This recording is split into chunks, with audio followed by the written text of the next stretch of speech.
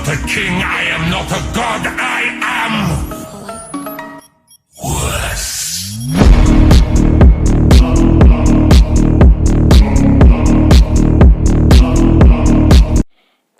Hello students, welcome on dreamer study. आज हम बात करने वाले हैं मेजरमेंट चैप्टर के बारे में, और ये है आईसीएससी क्लास 9th का चैप्टर। बेसिकली हम लोग मेजरमेंट के बारे में पहले भी प्रीवियस क्लासेस में भी डिस्कस कर चुके हैं। Previous classes in the sense जैसे हम लोग 6th स्टैंडर्ड में भी पढ़ते हैं मेजरमेंट के बारे में। इनफैक्ट 7th स्टैंडर्ड में भी मेजरमेंट के बारे में पढ़ते हैं, और 8th स्टैंडर्ड में भी मेजरमेंट के बारे में पढ़ते हैं। 9th में भी अब हम पढ़ रहे हैं, और ये मेजरमेंट चैप्टर यहीं नहीं रुकेगा। 11th में भी जाकर के मेजरमेंट चैप्टर के बारे में हम लोग पढ़ेंगे। तो खैर, मेजरमेंट चैप्टर एक तरीके से देखा जाए तो बेसिक ऑफ फिजिक्स है। एक तरीके से कहा जाए तो बहुत ही इंपॉर्टेंट चैप्टर है एक, है ना। और आप लोग जो है मेजरमेंट को बिल्कुल भी इस तरह से ना लीजिएगा कि जो है नहीं ठीक है पढ़ लेंगे हो जाएगा। आई थिंक ये आपके लिए लाइफ टाइम काम आने वाला है। बेसिक ऑफ फिजिक्स है, क्योंकि फिजिक्स के जितने भी न्यूमेरिकल्स हैं, मेजरमेंट से बहुत ही ज़्यादा हेल्प मिलती है आपको न्यूमेरिकल्स को सॉल्व करने में, उनकी यूनिट समझने में। तो चलिए शुरू करते हैं हम। मेजरमेंट है क्या एक्चुअल में? डेफिनेशन है, measurement is a process of comparison of physical quantity with the known as standard quantity of the same nature. खैर, इसका मतलब मैं आपको एक एग्जांपल के थ्रू समझा रहा हूँ। देखिए है क्या, एग्जांपल के तौर पर मान लेते हैं आप मार्केट गए और आपने मार्केट में जा कर के कुछ खरीदा। मान लेते हैं एग्जांपल के तौर पर आपने खरीदा पोटैटो, है ना, आलू खरीदे आपने, ठीक है। तो आपने 2 किलो आलू खरीदे, तो 2 किलो, ठीक है, आलू खरीदे। तो फिजिकल क्वांटिटी क्या हो गई? ठीक है, फिजिकल क्वांटिटी, ठीक है, आलू हो गए, और उसकी यूनिट पीछे केजी लग जाएगी, ठीक है ना। तो आज 2 किलो आलू हो जाएंगे, ठीक है। पूरा टोटल का जो हो जाएगा 2 kg पोटैटो, है ना, आलू पोटैटो कुछ भी बोल दो, ओके। अच्छा देखो, चलो ठीक है, यहाँ पर जरा देख लेते हैं। अगला क्या है? The standard quantity is use to measure physical quantity is called unit. जो भी कोई स्टैंडर्ड हमारी क्वांटिटी होती है, उसको जो मेजर करने में हेल्प करता है वो क्या होता है? हमारा यूनिट होता है। अच्छा, बेसिकली यूनिट का बहुत बड़ा इंपॉर्टेंस है फिजिक्स में। अगर हम बात करें यूनिट की, तो आई थिंक जब मैं 9th स्टैंडर्ड में था तो मैंने एक न्यूमेरिकल में यूनिट नहीं लगाया। क्लियर? देन वो रॉन्ग हो गया। अभी है क्या, यूनिट का इंपॉर्टेंस क्या है भाई? जैसे कि यूनिट का इंपॉर्टेंस बहुत ज़्यादा है। कैसे है जरा देखेंगे ध्यान से। सपोज दैट आपने मार्केट में गए और आपको जो है शुगर चाहिए, 1 kg शुगर आपने बोला, या फिर 2 kg शुगर आपको चाहिए। आप गए, आपने बोला 2 दे दो मेरे को, ठीक है। 2 के आगे आपने ऐसे बोल दिया 2 दे दो मेरे को, ठीक है। तो यहाँ पर 2 तो बोल दिया आपने, लेकिन जो है इसके आगे पीछे आपने कुछ भी नहीं बोला, है ना। तो 2 किलो, 2 लीटर, या फिर क्या, ठीक है, 2 kg, है ना, या 2 लीटर ये सब आपने नहीं बोला। तो वो आपको कुछ भी जो है डिलीवर कर सकता है दो, ठीक है ना। मतलब कि आपको यूनिट लगाना नेसेसरी इसलिए है क्योंकि यूनिट से पता चलेगा एक्चुअल में आपको चाहिए क्या, ठीक है। अगर लीटर चाहिए, है ना, तो फिर आपको कोई लिक्विड फॉर्म में कोई चीज़ चाहिए होगी, है ना। और अगर आपको केजी चाहिए तो आपको ऑब्वियस सी बात है कोई सॉलिड फॉर्म में चीज़ चाहिए होगी, है ना, जिसका जो यूनिट होता है। अभी आगे जाकर के पढ़ेंगे 7 फंडामेंटल यूनिट्स के बारे में, और उनसे मिलकर के कई सारी यूनिट्स बनी होती हैं जिनको डेराइव्ड यूनिट बोलते हैं, डेराइव्ड यूनिट्स बोलते हैं, ठीक है। चलिए जरा ध्यान से देखेंगे। यहाँ पर अगर हम बात करें, different unit is use to measure different physical quantities. अलग अलग यूनिट अलग अलग फिजिकल क्वांटिटी को मेजर करने में हेल्प करती हैं। जैसे कि एरिया की जो फिजिकल क्वांटिटी जो यूनिट होती है वो होती है मीटर स्क्वायर। क्लियर ना? अगर हमें कभी एरिया के विषय में बात कर रहे होते हैं तो उसकी यूनिट क्या होती है? मीटर स्क्वायर, है ना। मतलब कि बोलते हैं इतना मीटर स्क्वायर एरिया, है ना, ऐसे करके। जब भी मीटर स्क्वायर, जैसे कि अगर कोई टर्म यूज करे मीटर स्क्वायर, तो हम समझ जाएंगे वो एरिया के बारे में बात कर रहा है। सपोज दैट अगर आप एरिया के बारे में बात कर रहे हैं लेकिन आपने मीटर स्क्वायर टर्म यूज नहीं किया, तो आप लोग की बात कोई समझ नहीं पाएगा। यूनिट का यूज करना बहुत ही नेसेसरी है। क्लियर ना? ओके। अब आप अगर मास की बात कर रहे हैं तो केजी होना जरूरी है। अब अगर आप वॉल्यूम की बात कर रहे हैं तो मीटर क्यूब होना जरूरी है। अगर आप टाइम की बात कर रहे हैं तो सेकंड होना ज़रूरी है, और अगर आप फोर्स की बात कर रहे हैं तो न्यूटन होना ज़रूरी है। क्लियर ना? खैर, मतलब कि यूनिट का होना इसलिए ज़रूरी है क्योंकि इससे ये पता चल जाता है कि वो जो है एक्चुअल में क्या है। अब जैसे फोर्स का यूनिट न्यूटन है ना, और टाइम का यूनिट सेकंड है, तो यूनिट बहुत ही नेसेसरी है ना। ऐसे कभी, अब जैसे कभी बोला है ना, कभी किसी ने आपसे पूछा टाइम कितना हो गया, तो आपने बोला 8, ठीक है, तो 8:10 और कुछ सेकंड, पूरा कभी कभार कोई पूरा बता देता है 8 बजने का मतलब है 8 घंटे हो चुके हैं आफ्टर 12, है ना, आफ्टर 12 8 आवर हो चुके हैं। क्लियर? 8:10, 10 मिनट हो चुके हैं और इतना सेकंड है एक्चुअल टाइम पूरा यूनिट के साथ, 8 आवर 10 मिनट इतना सेकंड, है ना। ये चीज़ है, यूनिट का बहुत ही नेसेसरी ये यहाँ पर है। अच्छा चलिए देखते हैं, अब यहाँ पर यूनिट का डेफिनेशन लिखा है, होता क्या है यूनिट का डेफिनेशन समझ लेते हैं। और आप लोग अपने नोट्स भी बना लीजिएगा प्रॉपर तरीके से, जो भी हम बताते जा रहे हैं। इनफैक्ट हम आपको क्वेश्चन भी प्रैक्टिस कराएंगे बहुत अच्छे से।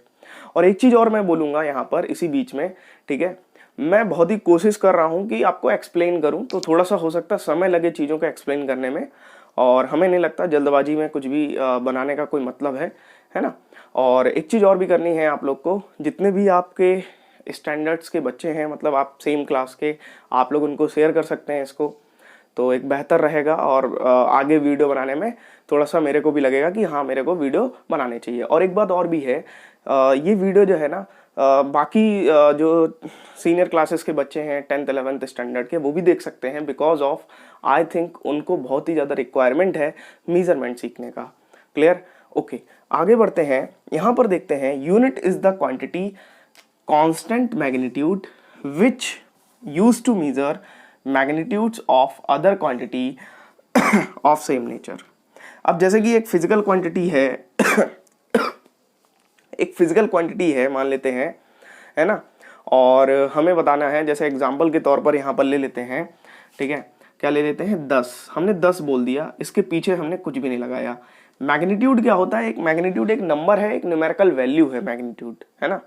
अगर हमने 10 बोल दिया, 10 बोल दिया, 100 बोल दिया, मतलब कि वो मैग्नीट्यूड बात हो रही है ना। मैग्नीट्यूड का मीन्स होता है न्यूमेरिकल वैल्यू। क्या होता है? न्यूमेरिकल वैल्यू, 10, 20, 100, 50, ठीक है।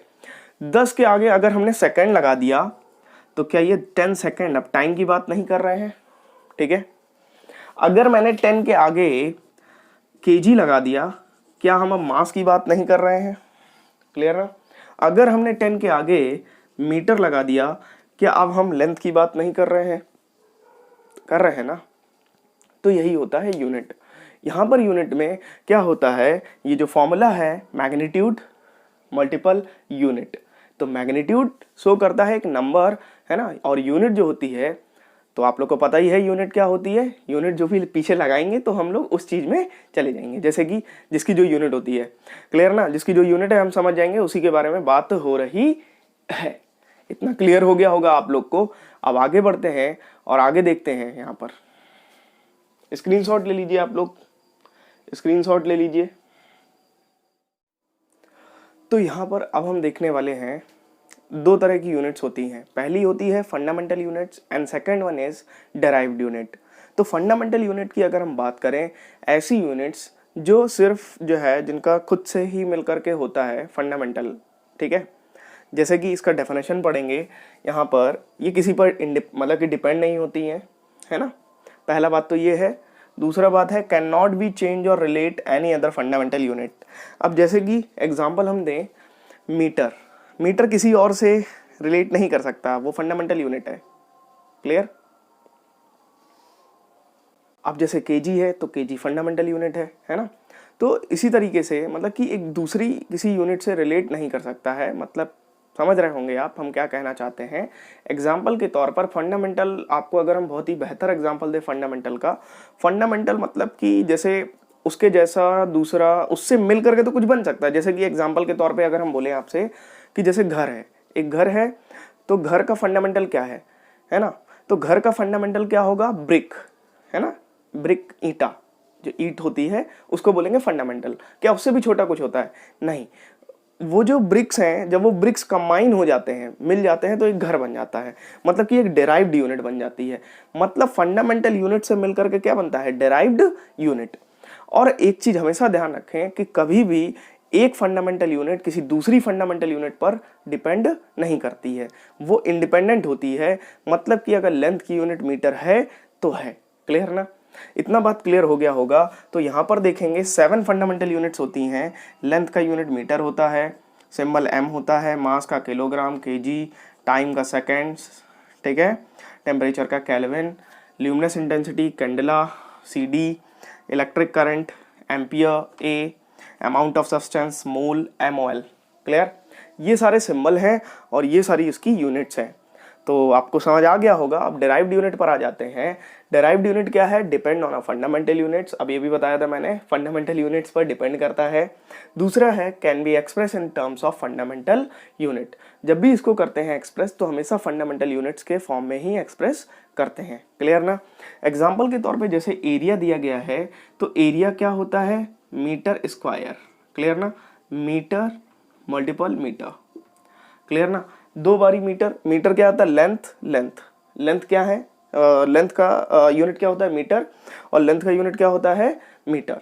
एक तरीके से देखा जाए, the product of 2 fundamental units then it form a derived unit that is a area. Clear ना? उसको क्या है? ये हमारी क्या है? Derived unit. जो डेराइव होकर के आई है उसको एरिया बोलेंगे, है ना? यहाँ पर जो 2 लेंथ का प्रोडक्ट करके यहाँ पर वॉल्यूम हो गया, तो यहाँ पर 3 टाइम्स प्रोडक्ट करना पड़ेगा सेम चीज का, है ना? तो ये चीज हो गई वॉल्यूम। स्पीड हो गई तो क्या हो गई भाई? मीटर पर सेकंड। क्लियर ना? तो एक तरीके से हम अगर देखें तो फंडामेंटल यूनिट क्या होती है? वो तो होती है अपने आप में इंडिपेंडेंट होती है, बट डेराइव्ड यूनिट क्या होती है? वो फंडामेंटल से फॉर्म होकर के जो बनने वाली यूनिट्स हैं उनको डेराइव्ड यूनिट बोलते हैं। आई थिंक आप लोग एक स्क्रीनशॉट ले लीजिए। आप लोग को समझ आ गया होगा जो हम बताना चाहते थे। क्लियर ना? अच्छा, ये फिजिकल क्वांटिटी है। क्या है ये? Physical quantity. जैसे लेंथ, मास, टाइम, टेम्परेचर, ये सारी की सारी क्या है? फिजिकल क्वांटिटी है। क्लियर ना? है ना? ये सारी की सारी आपकी फिजिकल क्वांटिटीज हैं। ये intensity, electric current, amount of substance, है ना? ये सारी की सारी फिजिकल क्वांटिटीज हैं। तो अब जो है हम आगे डिस्कस करते हैं। ओके,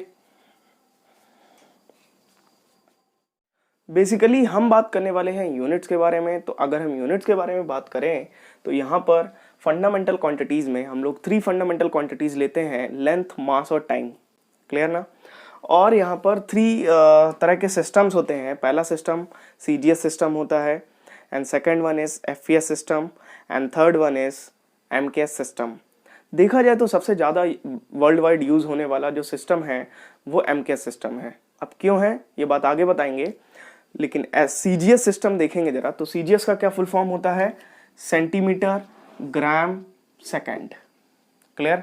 इसका ये फुल फॉर्म है। और ये फ्रेंच सिस्टम है, मतलब फ्रेंच से आया था, यहाँ पर फ्रेंच सिस्टम इसको बोलते हैं। क्लियर ना? And next one is foot pound second. इसको बोलते हैं फुट पाउंड सेकंड। ये जो है ब्रिटिश सिस्टम से आया हुआ है ना? और थर्ड वन इज क्या होगा? Metre kilogram second. इसको मैट्रिक सिस्टम भी बोलते हैं और ये भी फ्रेंच से लिया गया था। क्लियर ना? अच्छा, अगर हम एक डेटा की बात करें, आप लोग को थोड़ा सा डेटा लर्न करना पड़ता है। आई थिंक आपको लर्न करना पड़ता है और लर्न करना पड़ेगा, ऑब्वियस सी बात है। थोड़ा बहुत अगर आप पढ़ रहे हैं तो आपको डेटा लर्न होना चाहिए। जैसे अगर हम आपसे क्वेश्चन पूछें कि 1 फुट मीन्स कितना जो है इंच होगा, तो 1 फुट में होता है 12 इंच, है ना? 12 इंच होता है। और 1 इंच में कितना होता है? 2.54 सेंटीमीटर। तो अगर हम बात करें कि 1 फुट में कितना सेंटीमीटर होता है पूरा, है ना? तो फिर यहाँ पर 1 फुट में कितना सेंटीमीटर होता है? ये होता है आपका 30.48। कई बार जो है इसको 30 बोल देते हैं, बट एक्चुअल में जब इसको कैलकुलेट करेंगे तो 30.48 आता है। क्लियर ना? अच्छा, अगर हम बोलें कि 1 पाउंड में कितना केजी होता है? 1 पाउंड में केजी होता है 0.454 केजी। क्लियर ना? अच्छा, आप लोगों ने कभी देखा होगा, ब्रिटिश सिस्टम है ये, आपने देखा होगा कभी जो फाइटर्स होते हैं बोलते हैं ये 400 पाउंड के हैं, 100-200 पाउंड के हैं, है ना, पाउंड्स में उनका वेट जो है मेजर किया जाता है। तो आई थिंक आप लोग समझ पा रहे होंगे ये पाउंड भी जो है हमारा एफपीएस सिस्टम का पार्ट है। क्लियर ना? अरे मतलब एफपीएस सिस्टम से निकल करके गया है, सीजीएस सिस्टम ग्राम आ जाता है वहाँ पर, और एमकेएस सिस्टम में केजी आ जाता है। और वर्ल्ड वाइड में सबसे ज़्यादा यूज़ होने वाला जो सिस्टम है वो है मैट्रिक सिस्टम। क्लियर ना? इसी को हम लोग सिस्टम इंटरनेशनल के नाम से भी जानते हैं। अब क्यों जानते हैं, आप लोग पहले इसका स्क्रीनशॉट ले लीजिए, उसके आगे बताते हैं। तो यहाँ पर हम देखेंगे ये कुछ प्रीफिक्सेस हैं। तो यहाँ पर हम देखेंगे ये कुछ प्रीफिक्सेस हैं, लगभग सारे टर्म्स में यूज़ किए जाते हैं। केजी है ना, अब केजी जैसे है, या फिर मान लेते हैं मीटर है ना। अगर डेसीमीटर बोलेंगे तो यहाँ पर मतलब हम क्या बात कर रहे हैं, 10⁻⁻1 की बात कर रहे हैं। सेंटीमीटर की बात करेंगे तो 10⁻⁻2 मीटर। क्लियर ना? अगर यही डेसी ग्राम की बात करें, है ना, तो डेसी ग्राम की जब बात करेंगे तो यहाँ पर 10⁻⁻1 ग्राम की बात कर रहे हैं, है ना। तो इस तरीके से जो है ये सारी की सारी यूनिट, और ये मल्टीपल यूनिट हो गई। जैसे डेका ग्राम की अगर बात करें या डेका मीटर की बात करें तो यहाँ पर 10 ग्राम की बात कर रहे हैं या 10 मीटर की बात कर रहे हैं। जैसे हेक्टोग्राम या हेक्टोमीटर बोल देते हैं, इसका मतलब है 100 मीटर, है ना। इस तरीके से ये मल्टीपल यूनिट है, ये सब मल्टीपल यूनिट्स हैं। एक्चुअल में इसको लर्न करने में स्टूडेंट्स को थोड़ा सा प्रॉब्लम होता है, तो आई थिंक अगर आप लोग कहें तो हम इसका शॉर्ट ट्रिक बता ही देते हैं, है ना। थोड़ा सा शॉर्ट ट्रिक तो कुछ नहीं है, वो बस एक कहानी की तरह है। आप उसको समझिएगा और एक दो बार दोहराइएगा तो आपको ये जो है ध्यान नहीं भूलेंगे आप, है ना। बाकी तो आप लोग जो है लर्न तो कर ही लेंगे। तो देखिए ज़रा, ये 10⁻1 2 3 यहाँ तक तो पावर 1 2 3 में चलती है। जब 4 नंबर से स्टार्ट होती है तो पावर 3 का मल्टीपल हो जाता है ना। ये चीज़ ध्यान रखिएगा। दूसरा क्या है, जैसे -1 -2 -3 -6 -9। अब यहाँ पर 4 नंबर से फिर से यहाँ पर भी माइनस में पावर है, बट ये मल्टीपल में स्टार्ट हो गई है। चलिए स्टार्ट यहाँ से करते हैं, इसकी शॉर्ट ट्रिक है ना। दिल, ठीक है, यहाँ पे क्या लिखते हैं, दिल से मिली मेरी नानी, स्पीकर फैन आया जो यहाँ। देखो जरा, ये थोड़ा सा बस ऐसा ही है, कुछ भी है, मतलब रैंडम, ठीक है। आप लोग देख लीजिएगा अपने हिसाब से, बाकी जिसको अपने वैसे लर्न करना है वैसे कर लीजिए। तो यहाँ पर बस यही है, दिल से मिली मेरी नानी, पीकर फैन आया जो यहाँ। इससे ये रहेगा कि, ठीक है, इससे बस इतना रहेगा कि आपके जो ये वर्ड्स हैं वो आप लोग को ध्यान रहेंगे किस नंबर पर कौन सा वर्ड है। क्लियर ना? बाकी आपको ये तो ध्यान रखना पड़ेगा 1 2 3 4th नंबर पर 10⁻⁻6 हो जाएगा, है ना। बाकी आप जब 2-4 बार दोहराएंगे और चीज़ों को करेंगे तो आपको खुद ही समझ आ जाएगा। तो ये तो खैर निमोनिक्स टाइप का है। निमोनिक्स में क्या होता है, चीज़ें कुछ भी उल्टा सीधा स्टोरी बना करके चीज़ें सॉर्ट आउट कर लेते हैं। क्लियर ना? तो चलिए जो है, तो इसको 1-2 बार दोहरा लेंगे। दिल से मिली मेरी नानी, पीकर फैन आया जो यहाँ, है ना। 2-4 बार इसको दोहराएंगे तो हमें लगता है आप लोग जो है, दिल मतलब जैसे डेसी हो गया, मिली मतलब मिली हो गया, दिल से, है ना, दिल से, है ना, तो यहाँ पे सी कर दो, सेंटी हो गया। दिल से मिली मेरी नानी, है ना। पीकर फैन आया जो यहाँ। खैर, अब आते हैं दूसरे, इधर आते हैं तो यहाँ देखते हैं। तो जैसे इसमें है, दिखा है कि मैगी गई तेरी पक, एक जामुन यहाँ। कुछ भी उल्टी सीधी स्टोरी आप लोग अपने हिसाब से बना सकते हैं, है ना। तो खैर ये निमोनिक्स है बस एक तरीके से, है ना। उल्टी सीधी स्टोरी कुछ भी बना करके आप लोग इसको लर्न कर लीजिएगा। क्लियर? देखा है कि मैगी गई तेरी पक, एक तरीके से मतलब ये जब रहेगा तो आपको सीरीज ध्यान रहेगा कितने वर्ड्स हैं और आप लोग मिस नहीं करेंगे उस सीरीज को, है ना। और जैसे कि एक जामुन यहाँ पे मतलब लास्ट वाला आ रहा है, योटा आ रहा है, और योटा आ रहा है तो 10वें नंबर पर आ रहा है ना। तो 10वें नंबर पर 10 की पावर 24 होता है। ऐसे करके आप लोग लर्न करेंगे, 5-7 बार बोलेंगे, आपको याद हो जाएगा। क्लियर ना। मोस्ट ऑफ ऑल स्टूडेंट्स इसको याद नहीं करते हैं और उनको हमेशा प्रॉब्लम रहती है। आप लोग समझिए, है ना, कि क्यों ज़रूरी है, ये बहुत ज़रूरी है। क्लियर ना।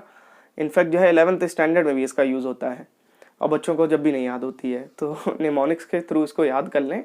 बाकी जो है अपना जो भी रहे तो चीज़ों को देखते रहना। क्लियर ना। चलिए इसका स्क्रीनशॉट ले लीजिए।